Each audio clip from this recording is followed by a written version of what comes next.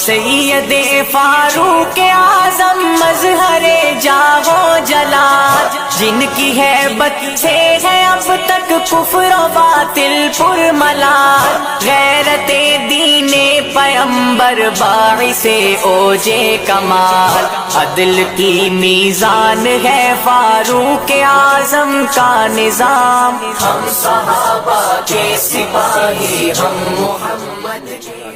والصلاة والسلام على من لا نبي بعده أما بعد. فقد قال الله عز وجل فأعوذ بالله من الشيطان الرجيم بسم الله الرحمن الرحيم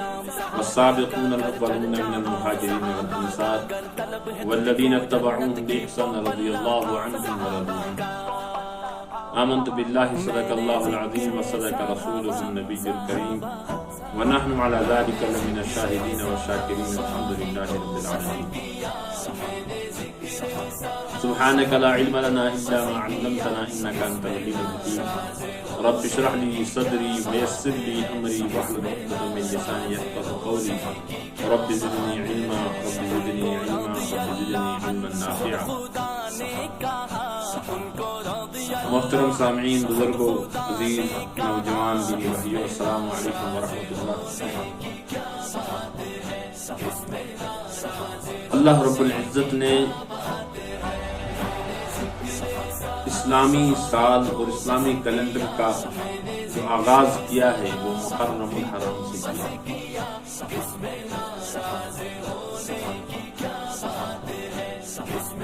تو گویا کہ ہماری سال کا جو پہلا مہینہ ہے وہ محرم کا مہینہ ہے جو اس وقت چل رہا ہے، اور ہمارے سال کا آغاز دو عظیم شخصیتوں کے نام سے ہو رہا ہے. دنیا کی دو عظیم شخصیتیں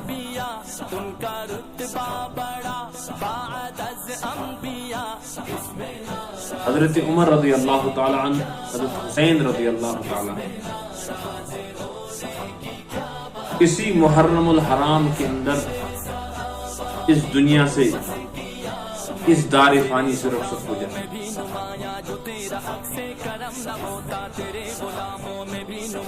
تو گویا کہ اس اعتبار سے اگر دیکھا جائے کہ حضرت عمر رضی اللہ تعالی عنہ اور حضرت حسین رضی اللہ تعالی عنہ کی شہادت سے ہی ہمارے سال کا آغاز ہوتا ہے، اور یہ آنے والی ہر نسل کو، آنے والے ہر مسلمان کو یہ میسج ہے کہ آپ دنیا کے اندر جو زندگی بسر کر رہے ہیں، جو آپ کے مہینے اور سال اور ایام چل رہے ہیں، ان ایام کے اندر، ان ساعات کے اندر، ان مہینوں کے اندر، ان سالوں کے اندر جتنے بھی آپ کی عمر ہے، اللہ تبارک و تعالیٰ کی اطاعت، نبی رحمت صلی اللہ علیہ وسلم کی فرما برداری میں اپنی پوری زندگی کو گزاریں. چاہے آپ کو اپنے آپ کو مٹانا ہی کیوں نہ پڑے، چاہے آپ کو اپنا آپ دعوے پر کیوں نہ لگانا پڑے، لیکن جہاں دین کا معاملہ آئے، جہاں نبی صلی اللہ علیہ وسلم کے فرمودات کے معاملے آئے، جہاں اللہ تبارک و تعالیٰ کے احکامات کے معاملے آئے اور دین اسلام کا معاملہ آئے، وہاں ہر ایک مسلمان کو، وہاں ہر ایک ایمان والے کو سینہ سپر ہو کر کھڑا ہونا چاہیے کہ ہمیں مرنا برداشت ہے، ہمیں مرنا قبول ہے، لیکن اسلام کے اوپر آنچ ہمیں قبول. دنیا کی عظیم ہستی حضرت عمر رضی اللہ تعالیٰ عنہ، اور کیسی عظیم ہستی کہ اسلام جیسی منزہ شریعت، اسلام جیسا بہترین قانون اللہ تبارک و تعالیٰ نے جس کے بارے میں فرمایا ان الدین عند اللہ الاسلام. جتنے بھی ادیان میں نے دنیا کے اندر بھیجے ہیں، جتنے بھی قوانین اور شریعتیں میں نے دنیا کے اندر بھیجی ہیں، جتنے بھی کتابیں میں نے دنیا کے اندر بھیجی ہیں، ہر کتاب سے اعلیٰ اسلام کی کتاب قرآن ہے، اور ہر دین سے اعلیٰ دین اسلام ہے، ہر قانون سے اعلیٰ وہ قانون اسلام. ان الدین عند اللہ الاسلام، اللہ کو سب سے بہترین محبوب بھیجے ہوئے ادیان میں سے دین اسلام. اس دین کی حفاظت کے لیے اللہ کے نبی صلی اللہ علیہ وسلم تمام انبیاء کے سردار سید الانبیاء اور امام الانبیاء حضرت محمد مصطفیٰ صلی اللہ علیہ وسلم اللہ سے دعا مانگ رہے ہیں، اللہم اعز الاسلام بعمرین، یا اللہ اسلام اس بہترین اور منزہ قانون کو عزت دے دے، عزت بخش، اس کو وقار دے دے، اور اس کی سر بلندی کے لیے عمرین میں سے کسی ایک کو قبول فرما۔ اور ایک روایت میں ترمذی شریف کی ایک روایت میں آیا ہے کہ نبی رحمت صلی اللہ علیہ وسلم نے فرمایا، یا اللہ ابو جہل اور عمر بن خطاب ان دونوں میں سے جو آپ کو زیادہ محبوب ہو اس کو دین کی تقویت کے لیے قبول فرما۔ ہوا اصل میں یہ کہ بدھ کے روز حضرت ابوبکر صدیق رضی اللہ تعالی عنہ حرم پاک میں چلے گئے، اور جو کفار مکہ اور جو مشرکین مکہ تھے ان نے دیکھ کر خوب حضرت ابوبکر صدیق رضی اللہ تعالی عنہ کی پٹائی کر۔ تاریخ کے اندر ہم دیکھتے ہیں، کتابوں کے اندر ہم کتابوں کے اوراق ہم نکالتے ہیں تو ہر ورق پر تاریخ کے صفحے پر آپ کو لکھا ہوا دکھے گا، آپ کو دکھائی دے گا کہ یہ دین، یہ اسلام، یہ قانون ہم تک جو پہنچا ہے اس کے پیچھے بہت ساری قربانیاں ہیں، اس کے پیچھے صحابہ نے اپنی اولادیں قربان کی ہیں، اس کے پیچھے ولیوں کی زندگی قربان ہو چکی ہیں، اس کے پیچھے اولیاء تابعین اور تابعین نے اپنی زندگیاں اور اپنے بچے لگا دیے، تب جا کر ان قربانیوں کے ساتھ، ان قربانیوں کے ہوتے ہوئے دین مکمل طریقے سے ہم تک پہنچا ہے۔ خاص کر اگر دیکھا جائے کہ اگر صحابہ کرام رضوان اللہ تعالی علیہم اجمعین کی جیسی مقدس اور منزہ جماعت حضور صلی اللہ علیہ وسلم کو نہ ملتی تو مکمل طریقے سے یہ حفاظت کے ساتھ یہ دین اور یہ قرآن ہم تک نہ پہنچتا۔ وہ ہے کہ صحابہ کا اللہ تبارک و تعالیٰ نے جو صحابہ کی جماعت اور جو صحابہ کا منزہ گروہ نبی رحمت صلی اللہ علیہ وسلم کو عنایت فرمایا تھا، تو یہ اس وجہ سے کہ ان کو مکمل طریقے سے اس دین کی حفاظت کرنی ہے، اس دین کو مکمل طریقے سے اپنی زندگی میں لینا ہے، اور پھر اپنی زندگی میں بسا کر اپنی زندگی میں لے کر مکمل آگے چلانا ہے۔ اور الحمدللہ یہ ہوا کہ صحابہ کرام نے اس دین کو آگے چلایا اور ہم تک پہنچا۔ تو یہ قربانیوں کے ساتھ حضرت ابوبکر صدیق رضی اللہ تعالیٰ جب حرم پاک میں گئے خوب ان کی پٹائی ہوئی، اور تاریخ کے اندر آیا ہے کہ اتنی پٹائی ہوئی کہ ان کا چہرہ اقدس بالکل سوج گیا، بے ہوش ہو گئے۔ بہت مدت کے بعد جب ہوش آیا تو پہلے ہی اپنے ارد گرد دیکھا کہ بہت سارے رشتہ دار جمع ہیں لیکن محمد صلی اللہ علیہ وسلم موجود نہیں۔ ماذا فعل رسول اللہ صلی اللہ علیہ وسلم، کہ نبی رحمت صلی اللہ علیہ وسلم کہاں ہے؟ رشتہ دار ناراض ہو گئے کہ جس کی وجہ سے پٹائی ہو رہی ہے، جس کی وجہ سے اتنی سختیاں برداشت کر رہے ہو، اور آخر میں پھر اسی کی تلاش، ہمارے ساتھ کوئی واسطہ نہیں ہے۔ رشتہ دار اٹھ کے چلے گئے، آخر والدہ موجود تھی، ان نے کچھ دودھ کا پیالہ لایا، دودھ پلانے لگے۔ حضرت ابوبکر صدیق رضی اللہ تعالی نے فرمایا مجھ سے نہیں پیا جائے گا جب تک نہ محمد صلی اللہ علیہ وسلم کی خبر میرے پاس پہنچے کہ ان کی حالت کیا ہے، وہ کیسے۔ ابھی والدہ تو ایمان نہیں لا چکی تھی، تو کہا کہ مجھے تو تیرے ساتھی کے بارے میں کوئی علمیت نہیں ہے۔ ام جمیل کو بلایا گیا، حضرت عمر رضی اللہ تعالیٰ کی بہن کو بلایا گیا، ان سے پوچھا گیا، ان نے کہا کہ حضرت نبی رحمت صلی اللہ علیہ وسلم اس وقت زید رضی اللہ تعالیٰ عنہ کے گھر میں، وہاں چلے گئے۔ تو نبی رحمت صلی اللہ علیہ وسلم نے جب اس وقت حضرت ابوبکر صدیق رضی اللہ تعالیٰ عنہ کی حالت دیکھی، خوب نبی رحمت صلی اللہ علیہ وسلم روئے،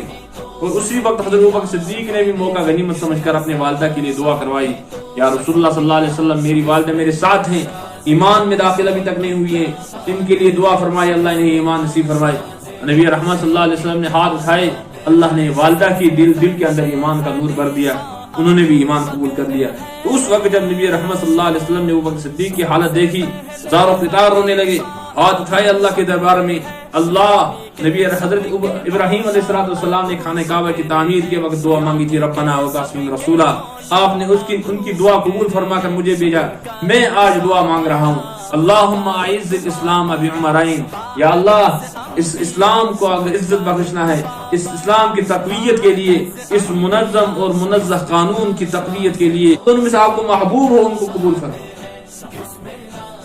یہاں تو دعا ہو گئی، اور وہاں ایک مشورہ دار الندوہ کے اندر ہو رہا ہے کہ تمام مشرکین مکہ جمع ہو کر آپس میں مشورہ کر رہے ہیں کہ محمد کا مشن تو آگے آگے بڑھتا جا رہا ہے، دن بہ دن تو یہ پھیلتا ہی جا رہا ہے، نتیجہ یہ نکلے گا کہ ہمارے جو حبل اور لات و منات وغیرہ ہیں ان کی عبادت تو کوئی کرے گا ہی نہیں، ان کو مکہ سے نکال دیا جائے گا، لہذا کوئی ایسی تدبیر کی جائے، کوئی ایسا ہیلا کیا جائے کہ محمد کا یہ جو لایا ہوا مشن ہے، لایا ہوا دین ہے، اس کو ختم کر دیا جائے۔ سب اپنے اپنے رائے دے رہے ہیں، کوئی کچھ کہہ رہا ہے، کوئی کچھ کہہ رہا ہے۔ عمر بن خطاب اٹھے، انہوں نے رائے دی کہ مجھے لگتا ہے کہ محمد کو زمین سے ہٹایا جائے، محمد کو نعوذ باللہ قتل کر دیا جائے تاکہ نہ رہے بانس نہ بجے بانس۔ سب متفق ہو گئے، لیکن اب قتل کون کرے اس پر کوئی اتفاق ہی نہیں۔ تو پھر عمر بن خطاب اٹھے، تلوار نکالی، کہا کہ میں ہی اس کام کو نمٹاتا ہوں، اور سب متفق ہوئے کہ اس کام کو اگر پائے تکمیل تک پہنچائیں گے وہ آپ ہی پہنچائیں گے، باقی کسی کے بس میں نہیں۔ ایک جلالی اور طاقتور شخصیت عمر بن خطاب، یہاں تو یہ فیصلے ہو رہے ہیں، یہاں تو یہ رائے اپنی پیش کر رہے ہیں کہ دنیا کے اندر جن کے ذریعے سے ہدایت پھیل رہی ہے، محمد بن عبداللہ، ان کو زمین اور صفحہ ہستی سے مٹا ہی دیا جائے۔ یہاں تو یہ فیصلے ہو رہے ہیں، اور وہاں نبی رحمت صلی اللہ علیہ وسلم اللہ سے کنٹیکٹ کر کے، اللہ کے سامنے دعا گڑ گڑا کر اور آہوزاری کر کے حضرت عمر کو مانگ رہے۔ نظام کیا چل رہا ہے؟ حضرت عمر بن خطاب ننگی تلوار لے کر نکلے دار ارقم کی طرف۔ راستے میں ایک صحابی ملے، عمر کہاں چلے ہو؟ غصے میں، ننگی تلوار ہاتھ میں، کیا ارادہ ہے؟ حضرت عمر رضی اللہ تعالی نے فرمایا کہ میں تو آج بس اسلام کا خاتمہ کرنے چلا ہوں، آپ کو نہیں معلوم میں محمد کا کام تمام کرنے چلا ہوں کہ اسلام دن بہ دن پھیلتا ہی جا رہا ہے۔ اچھا جاؤ اپنے بہن کی گھر اور ان کی خبر لے لو، وہ تو محمد کی غلامی میں آ چکے ہیں، وہ تو اپنے آپ کو نشاور کر رہے ہیں محمد صلی اللہ علیہ وسلم پر، اور تم محمد کے مقابلے میں چلے ہو۔ ابھی تو ارادہ بدلا نہیں، منتقل غصہ جو تھا وہ منتقل ہوا بہن کی طرف، اور فوراً بہن کی گھر کی طرف چلے۔ کیوں ہی گھر کے پاس پہنچے، کیواڑ کھٹکھٹایا، دروازہ کھٹکھٹایا تو اندر حضرت خباب رضی اللہ تعالی عنہ قرآن پڑھا رہی تھی۔ بہن نے جب دیکھا عمر غصے میں، تلوار ہاتھ میں، تو فوراً یہ تو حضرت عمر ہے، اور حضرت خباب نے جو ہی سنا فوراً قرآن چھوڑ کر چلے گئے اور چھپ گئے۔ حضرت عمر آئے، اندر بہن کی پٹائی، پھر بہنوئی کی پٹائی کرنے کے بعد جب لہو لہان ہو گئے، غصہ ٹھنڈا ہوا، حضرت ام جمیل، حضرت فاطمہ کی بہن، انہوں نے کہا حضرت بھائی جان کتنا بھی مارو گے ہم اپنے دین سے ڈٹی رہی۔ اور حضرت عمر رضی اللہ تعالی عنہ کی ہدایت میں جہاں نبی رحمت صلی اللہ علیہ وسلم کے دعاؤں کا اثر تھا، وہاں حضرت ام جمیل رضی اللہ تعالی عنہ کے اس کردار کا بھی اثر تھا کہ پٹائی کھانے کے بعد ڈٹی رہی، ایمان کو نہیں چھوڑا، اور حضرت عمر کے مقابلے میں رہی کہ کتنا بھی مارو گے لیکن ہم ایمان کو چھوڑنے والے، صحیح بات، حق بات جب ہم تک پہنچی ہم اس کو نہیں چھوڑنے والے۔ جب غصہ ٹھنڈا ہوا، کیا پڑھ رہے؟ جلاؤ ادھر۔ نیچے دیکھا کچھ قرآن کے اوراق پڑے ہوئے ہیں۔ حضرت ام جمیل نے کہا تھا ابھی تو نامسلم ہو، ابھی تو تم نے اسلام قبول نہیں کیا ہے، اور قرآن کے معاملے میں حکم ہے لا یمسہ الا المطہرون، تو لہذا پہلے غسل کر کے آؤ، غسل کرنے کے بعد اس کو پڑھو۔ حضرت عمر گئے، غسل کر کے آئے، ظاہری طور تو پانی چھڑک دیا اوپر، لیکن اللہ نے اندر سے دعاؤں کے اثر سے دل پاک کر دیا۔ آئے، قرآن اٹھایا، سورہ طٰہٰ کی کچھ آیتیں پڑھی، طٰہٰ مَا أَنزَلْنَا عَلَيْكَ الْقُرْآنَ لِتَشْقَىٰ، آگے چلتے چلتے وَإِنِّي أَنَا اللَّهُ لَا إِلَٰهَ إِلَّا أَنَا فَاعْبُدْنِي وَإِنِّي أَنَا اللَّهُ لَا إِلَٰهَ إِلَّا أَنَا۔ جب یہاں پہنچے تو تھر تھرا گئی، کپ کپی آ گئی، اور دل نرم ہوتا چلا گیا۔ فوراً اٹھ کے بہن سے کہنے لگے مجھے محمد کی غلامی ملے گی۔ حضرت خباب نے جب سنا، اوہو مرحبا مرحبا، شاباش ہو، تمہیں مبارک ہو عمر، آپ کے حق میں شاید محمد صلی اللہ علیہ وسلم کے رات کی مانگی ہوئی دعا قبول ہوگی۔ اور حضرت عمر رضی اللہ تعالیٰ عنہ یہاں سے نکلے دار ارقم کی طرف۔ نبی رحمت صلی اللہ علیہ وسلم جہاں تشریف فرما تھے، جو ہی نزدیک پہنچے تلوار ہاتھ میں ہیں، اب تو وہ حالت، وہ کیفیت نہیں ہے کہ اب قتل کرنے، اب تو بالکل بدہوش ہیں عشق رسول میں آیت قرآن پڑھ کر کہ اب حضرت عمر رضی اللہ تعالی عنہ کہاں کی طرف؟ نبی رحمت صلی اللہ علیہ وسلم کی غلامی میں آ رہے ہیں۔ صحابہ نے دیکھا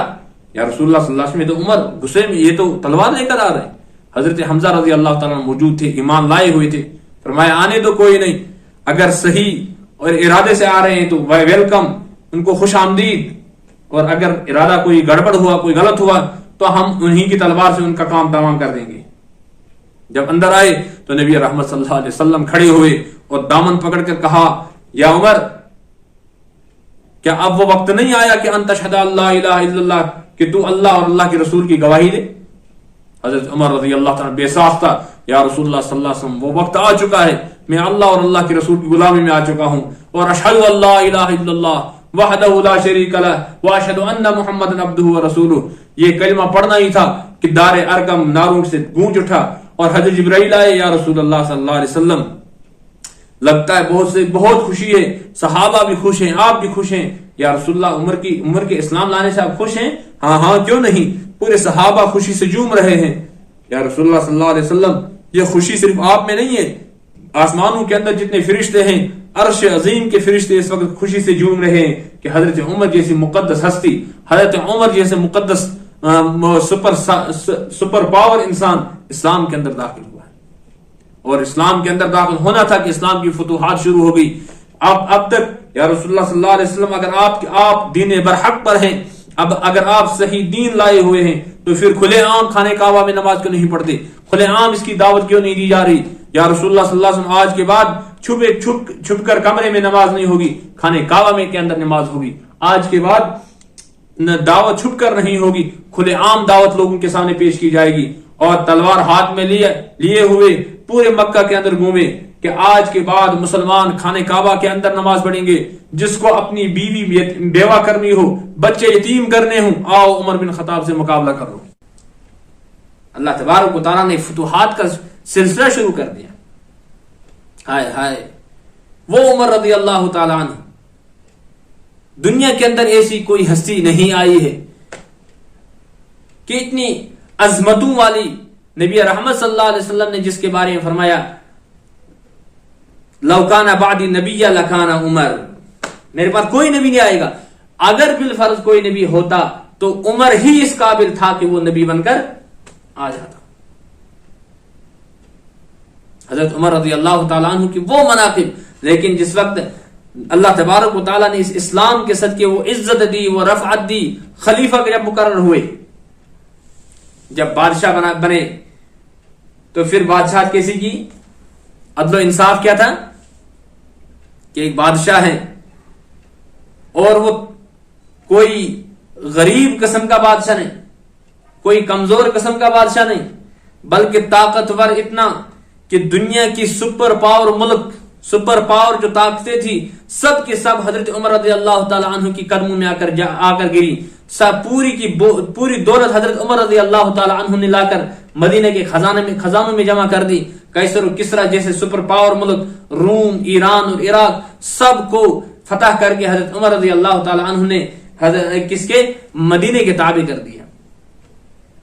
اور اتنی بہترین شخصیت، اتنی سپر پاور اور طاقتور شخصیت، لیکن عدل و انصاف کا تقاضا کیا تھا کہ رات کو گشت کرتے جا رہے کہ کہیں کوئی گھر ایسا تو نہیں جن کو رزق نہ ملا، جو بے بسی کے عالم میں زندگی گزار رہے۔ اور روب و دبدبا، اللہ تبارک و تعالیٰ نے ان کا اتنا روب و دبدبا رکھا تھا، ان کی اتنی ہیبت رکھی تھی کہ جہاں سے حضرت عمر جاتے چلتے تھے، شیطان کی طاقت ہی نہیں کہ اس راستے کو دیکھتے۔ اور اللہ تبارک و تعالیٰ نے صرف انسانوں کو فرما بردار نہیں بنا رکھا تھا، ایک یہ کہ انسان فرما برداری کرے، نہیں، باقی جتنی بھی مخلوقات ہیں اللہ تبارک و تعالیٰ نے وہ بھی تابع کر رکھی تھی۔ زمین پر کھڑے ہیں، زلزلہ ہونے لگا. حضرت عمر رضی اللہ تعالیٰ نے کوڑا اٹھا کے زور سے زمین پر مارا. کیا میں تم پر رہ کر عدل انصاف قائم نہیں کر سکتا ہوں؟ فوراً زمین رک گئی. مصر میں ایک گورنر ہے، ایک قانون تھا مصر کے اندر، دریائے نیلم کے اندر شاید، کہ وہاں دریا میں ہر سال 10 محرم کو ایک لڑکی زیورات سے لدی ہوئی دریا کے نظر کر دیا جاتا تھا، دریا میں دفن کر دیا جاتا تھا. اس کا مقصد یہ ہوتا تھا کہ پورے سال اس لڑکی کے دفن کرنے کی وجہ سے پورے سال زمین کی دریا سے پانی آتا تھا. جب وہاں کے گورنر کے پاس یہ بات پہنچی تو انہوں نے کہا کہ اب تو یہ نہیں کرنا ہے، اب پہلے مشورہ لینا ہے حضرت عمر امیر المومنین رضی اللہ تعالیٰ عنہ سے. خط بھیجا گیا کہ واقعہ یہ ہے یہاں مصر کے اندر، اور حضرت عمر رضی اللہ تعالیٰ عنہ نے واپس کوئی مشورہ نہیں دیا بلکہ ایک خط لکھا دریا کے نام. دریا کے نام کیا خط لکھا کہ اے دریا، اگر تو اپنے بل بوتے پر اپنے مرضی سے چلتا تھا تو تیرا چلنا کوئی ضرورت نہیں، تیرا پانی ہمیں کوئی ضرورت نہیں، اور اگر تو اپنے مشورے سے اور اپنے بل بوتے پر نہیں بلکہ اللہ کی مرضی سے چلتا ہے، اور وَإِن تَجْرِي بِإِذْنِ اللَّهِ فَجْرِ، اگر تو اللہ کی اجازت سے اللہ کے حکم سے چلتا ہے تو پھر تو پانی دے دے، پھر تو چلنا شروع کر دے. جو ہی خط دریا میں پہنچا، دریا میں خط رکھا گیا حکم کے تعمیل کے مطابق، تو تب سے دریا جو بڑھنے لگا، تب سے لے کر آج تک یہ دریا خشک ہونے کا نام ہی نہیں لے رہا. تو اس اعتبار سے اللہ تبارک و تعالیٰ نے ان کی ہیبت اور ان کی وقت رکھی تھی. بیت المقدس کا جب فتح ہونے کا معاملہ آیا تو ایک گورنر کو، ایک صحابی کو وہاں بھیجا گیا. لڑائی وغیرہ جو ہوئی تو وہاں کے جو یہودی تھے وہ قلعوں کے اندر رہے. 5-6 دن ہو گئے. ان کا جو کھانے پینے کا معاملہ تھا سب انہوں نے قلعوں کے اندر لے رکھا تھا، نکلے ہی نہیں باہر. 5-6 دن کے بعد ان کے جو بڑے راہب تھے انہوں نے گورنر سے ملاقات کی، اور ملاقات کرنے کے بعد کہا کہ دیکھو، تورات اور انجیل میں جو ہم نے پڑھے ہیں تو وہاں ہم نے یہ پڑھا ہے کہ بیت المقدس کو ایک خلیفہ آزاد کرے گا اور اس کا نام عمر ہوگا.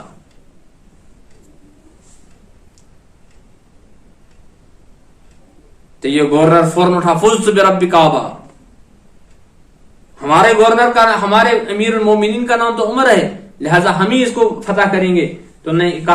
انہوں نے راہبوں نے کیا کہا، نہیں، جب تک ہم عمر کو نہیں دیکھیں گے، جب تک ہم آپ کے امیر المومنین کو نہیں دیکھیں گے، ہم دیکھیں گے مکمل طریقے سے کہ وہ تمام چیزیں ان کے اندر پائی جاتی ہیں جو تورات انجیل میں بیان کی گئی یا نہیں. جب حضرت عمر رضی اللہ تعالیٰ عنہ تک یہ بات پہنچائی گئی تو حضرت عمر رضی اللہ تعالیٰ عنہ وہاں چلے گئے، اور جب وہاں پہنچے حضرت عمر رضی اللہ تعالیٰ عنہ پر جو لباس لگا ہوا تھا، اور لباس کون سا تھا؟ اتنے بڑے بادشاہ کہ قیصر و کسرا اور روم اور عراق اور ایران، ان تمام کی خزانے حضرت عمر رضی اللہ تعالیٰ عنہ کے قدموں میں.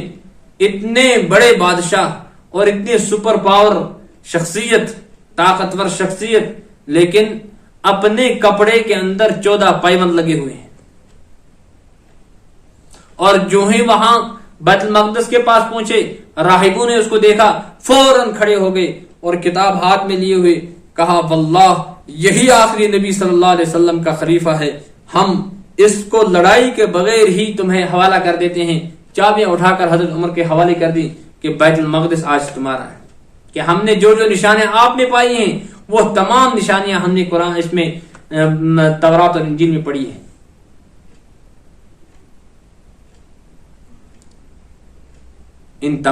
یہ تمام تر خصوصیات، لیکن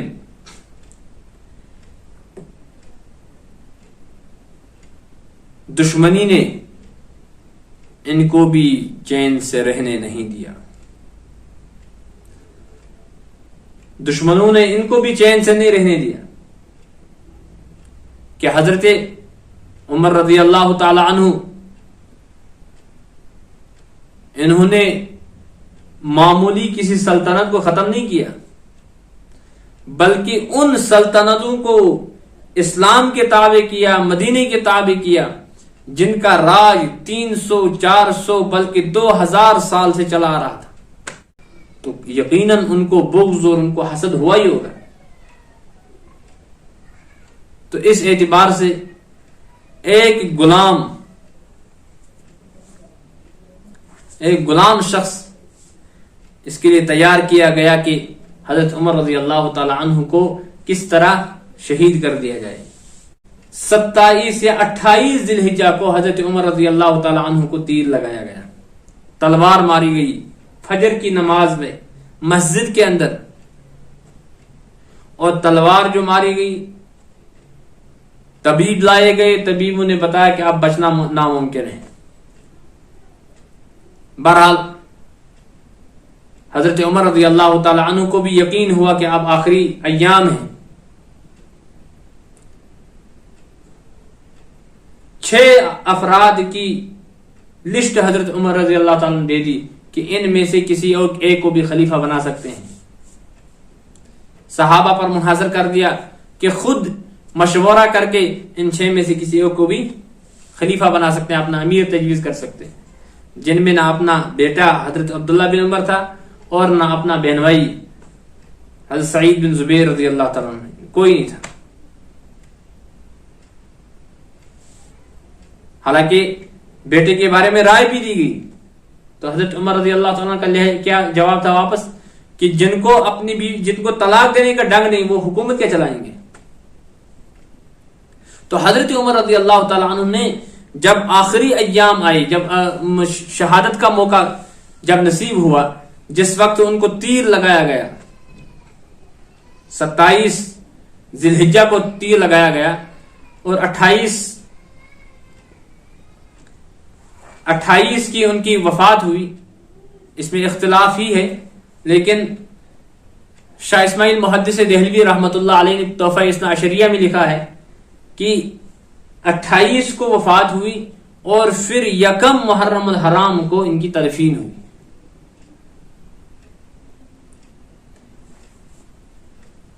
وفات ہونے سے پہلے حضرت علی رضی اللہ تعالیٰ عنہ حجرے میں تشریف لائے. عمر موت سے ڈر رہے ہو؟ نہیں، بلکہ موت کے بعد آنے والے جو معاملات ہیں ان کا خوف ہے. حالانکہ حضرت عمر رضی اللہ عنہ جیسی عظیم شخصیت کہ جن کے بارے نبی رحمت صلی اللہ علیہ وسلم نے فرمایا کہ میرے بعد نبی ہونے کا شرف ان کو حاصل ہوگا اگر کوئی نبی آنے والا ہوتا. تو حضرت علی رضی اللہ عنہ نے فرمایا غم نہ کریں، میں نے کئی مرتبہ نبی رحمت صلی اللہ علیہ وسلم کی زبان مبارک سے فرماتے ہوئے سنا کہ حضرت حسن اور حضرت حسین رضی اللہ تعالی عنہ جنت کے جوانوں کے سردار ہیں، اور حضرت ابوبکر صدیق اور حضرت عمر فاروق رضی اللہ تعالی عنہ جنت میں ادھیڑ عمر لوگوں کے سردار ہیں. کیا قیامت کی اس کی گواہی دو گے؟ ہاں اس کی گواہی میں بھی دوں گا، میرا بیٹا حسن بھی دے گا. تو اصل معاملہ جو ہے، چاہے صحابہ کی زندگی کو دیکھا جائے، چاہے خلفائے راشدین کی زندگی کو دیکھا جائے، چاہے تابعین اور تابع تابعین اور اولیاء کی زندگی کو دیکھا جائے، ہر ایک کی زندگی سے ہمیں یہ سبق ملتا ہے کہ نبی رحمت صلی اللہ علیہ وسلم کی اتباع اور اللہ تبارک و تعالیٰ کی قوانین کو اپنی زندگی کے اندر لانے میں ہی کامیابی ہے. اور حضرت عمر رضی اللہ تعالیٰ وہ شخصیت ہیں جن کو نبی رحمت صلی اللہ علیہ وسلم نے دنیا کے اندر ہی بشارت دے رکھی، جنتی ہیں، عشر مبشرہ میں سے. اور نبی رحمت صلی اللہ علیہ وسلم نے فرمایا یہ عشرہ مبشرہ جن کا میں ان سے راضی ہوں، ان کے بارے میں خیال رکھنا کہ کسی انسان نے بھی اگر ان کے بارے میں زبان کھول کر بات کی، ان کے بارے میں بدگمانی کی، ان کے بارے میں حسد کیا، بغض کیا، تو سمجھو کہ اللہ تبارک و تعالیٰ اس کو جہنم میں پھینک دیں گے، چاہے دنیا کے اندر اس نے کتنے ہی اعمال کیے ہوں، چاہے دنیا کے اندر اس نے کتنی نمازیں پڑھی ہوں، چاہے دنیا کے اندر اس نے کتنے ہی روزے رکھے ہوں، لیکن صحابہ کے بارے میں اس کا دل خراب ہے، صحابہ کے بارے میں اس کی زبان خراب ہے، صحابہ کے بارے میں اس کا عقیدہ خراب ہے، سمجھو اس کا ایمان ہی خراب ہے۔ تو لہذا صحابہ وہ عظیم ہستیاں ہیں، صحابہ وہ عظیم ٹولہ ہے جس کو نبی رحمت صلی اللہ علیہ وسلم کو تحفے کے طور پر عطا کیا گیا۔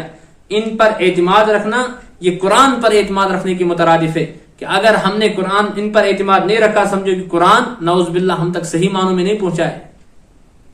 ان پر اعتماد ہے تو پھر اس کا مطلب ہے قرآن ہم تک صحیح معنوں میں پہنچا ہے۔ ان پر اعتماد ہے تو نبی صلی اللہ علیہ وسلم کی ہر سنت زندہ ہے، اور اگر انہی کو بیچ سے نکالا جائے، نہ نبی کی سنت کوئی زندہ ہے، نہ حضرت نہ نبی رحمت صلی اللہ علیہ وسلم کے لایا ہوا دین کو صحیح معنوں میں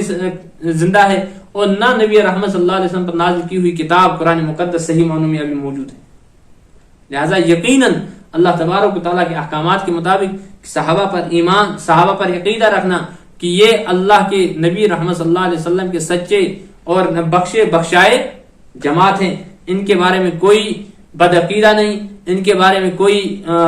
کیا نام ہے اس کی بد زبانی نہیں، اور ان کے بارے میں کسی کو دل کے اندر کوئی رنجش بھی نہیں ہونی چاہیے۔ اللہ تبارک و تعالی ہمیں صحابہ کے ساتھ عقیدت اور محبت سے پیش آنے کی توفیق عطا فرمائے۔ واخر دعوانا الحمدللہ۔